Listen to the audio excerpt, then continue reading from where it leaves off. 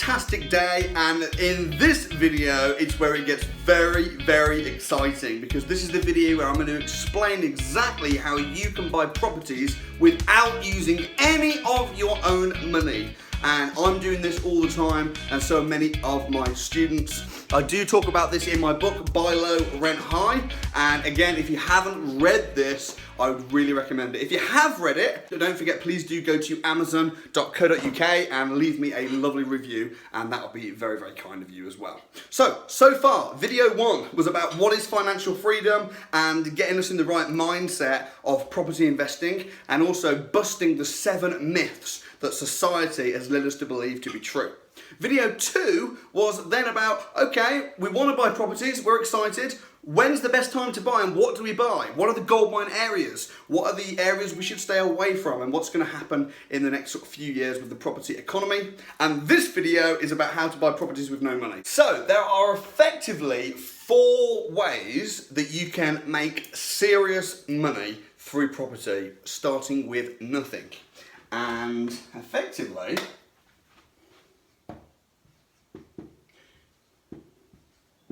you can start out with 0, and if you take on board any of these 4 ways, you can go and absolutely smash it. Now, the one that we're going to be looking at today doesn't start with a Z, E, or an I, it starts with an O. And this is one of my favourite ways to make money and buy property without having any money to start with, and that is options, namely lease option agreements, lease options. When I started buying property in 2008, 2009, that kind of time, what you used to be able to do, everyone at the time was buying properties below market value, and then they were refinancing the properties the same day and pulling all of their money out. And I thought, boom, this sounds great. So just as I got on board, guess what happened? I'll tell you exactly what happened. This.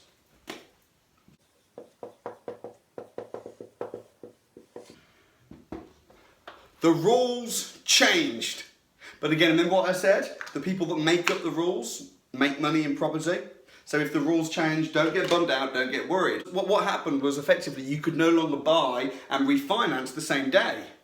So today you have to wait 6 months, which adds a lot of complications, and it made my strategy much more difficult. And everyone would say, the days of buying with no money are over.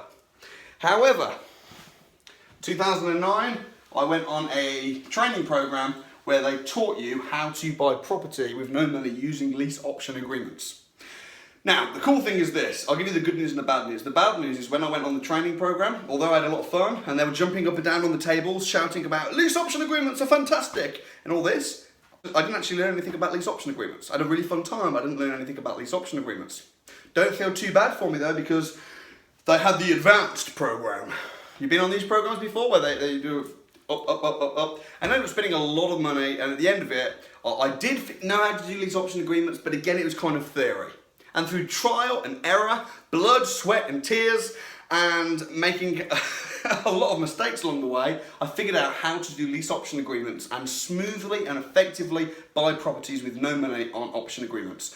Not many people are doing this. I mean, a lot of investors, they know about this, but they're not doing it. In fact, me and my students are the only people that I've met that are actively doing this. Other than that, people just know about it and talk about it. So I'm going to condense what I know about lease option agreements into the next sort of 5 or 10 minutes, and you will know probably more than I did after going on my initial 3-day course. That's the good news. So let me give you an example. I'll give you an example of a lease option agreement I did 5 years ago. So it's 2 bedrooms. I'll tell you the story, the background, so you really understand this. So there's a guy called Steve, and he buys the house for £95,000. True story, by the way. This house is in Warsaw, Bloxwich. True story. So he buys the house for £95,000, and he puts down a small deposit of about £14,000. So his mortgage outstanding is £81,000. That's his mortgage. This is his purchase price, and the mortgage payments are £145 per month for the mortgage payments. So that's the setup. Now Steve buys it, but he doesn't live in it. He rents it out to his son. and all is lovely. His son pays him quite a conservative rent of £450 per month. And he's making a little bit of profit, but really he bought it with what? His feelings. He bought it for his son, to do his son a favour. He's making a few £100s a month profit, but he wants his son to one day buy the house off him. He wants it to be his son's home. He bought it with his feelings. Now what happens at this point is Steve moves away to Derbyshire with his wife to retire. So they're now off in Derbyshire, far away from the house, but it's okay because even though they're very risk-averse people, their son's in the house looking after it. Problem, their son moves out. And now the house is empty. And their £450 rent becomes nothing. And they're paying £145 a month, every single month. The house is empty, and they don't want to be landlords, they don't want to rent it out to anybody else, and they are thinking, oh my gosh, what do I do? So they do the only thing that they can do. If you could try and remember these figures, that'd be great, because we're going to rub them off now. That 81,000 is the mortgage outstanding. That's the important one to remember. So they think, oh my goodness, what are we going to do? And they decide that the only thing they can do, as they live so far away and the house is empty, is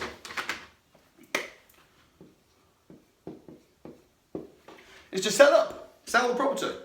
So they go to an estate agent, and the estate agent says, I know you bought it for 95,000, but you know what, the economy and different things, it's not going to be that simple to get your money back. So what we would suggest is that you put it on for 90,000. So they put it on for 90,000. And in 6 weeks they had 3 viewings, 2 of them cancelled, and 1 of them came and offered £75,000. Not good news. So now Steve is pulling his hair out, thinking, oh my gosh, this house is on for 90, I bought it for 95, it's not selling, it's empty at the moment. There could be squatters that move in and they could trash the place. What do I do? So Steve got in touch with me, and I'll also tell you about how to find these types of deals in the next video. Okay, so bear that in mind. So Steve got in touch with me and he says, Samuel, could you please buy the house off me for £90,000? I paid 95 for it, but I'll let you have it for 90. Now, from my point of view, if I buy it for 90 and rent it out for 450, now it would probably, in fairness, get more than that, but I'm not going to get more than 550 rent.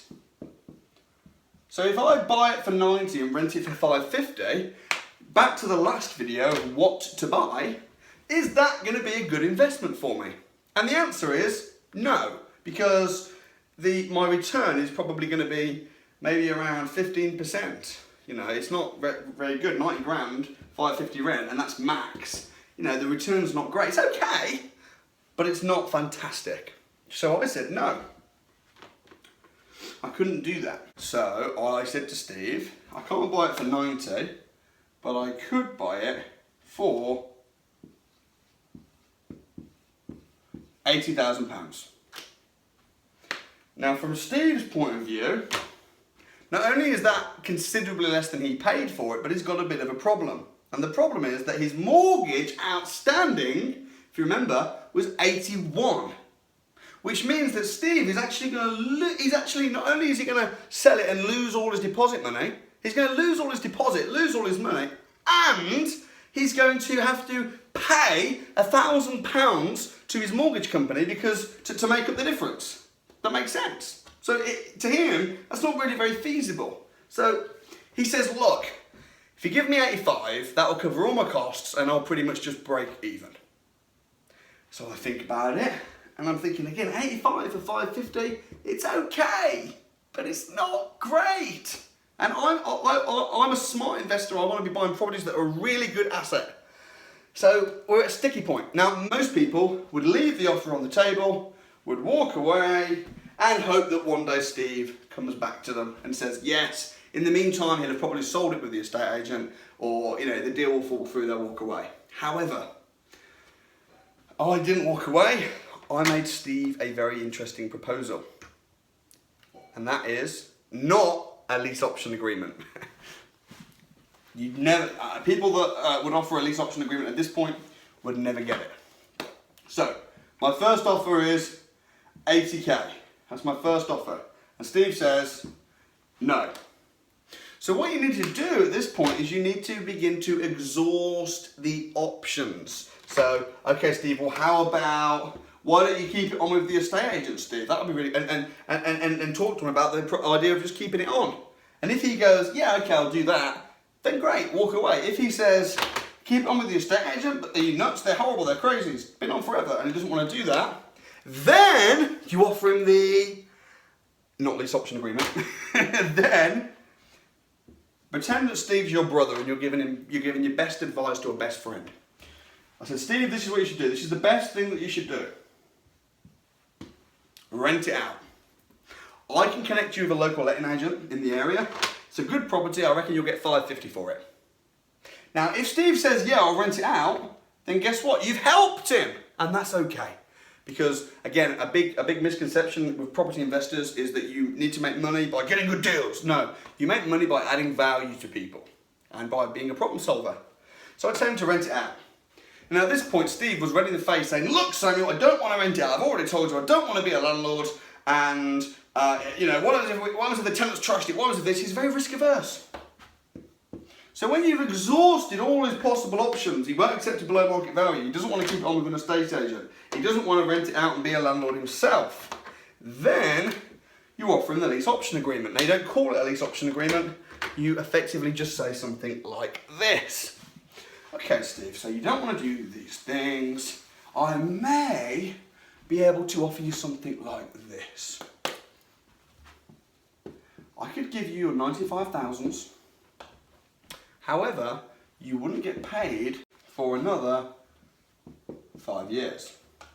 What? Are you crazy? However, now I would take over your mortgage payments, take over complete responsibility of the property, and it would be effectively like it was mine. You'd be able to walk away from it, and then in 5 years' time, you'll get £95,000.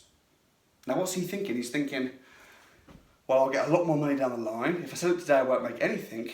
Yeah, let's go for it. It sounds great. However, every single time, he'll always say no.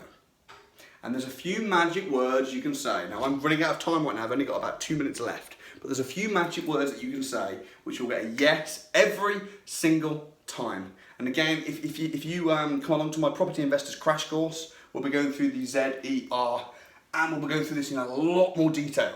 So if you've not been on the Crash Course, I'd really recommend going on. But there's a few magic words you can say where he says yes. He did say yes 5 years ago. He's really happy. He had the property, taken off him straight away.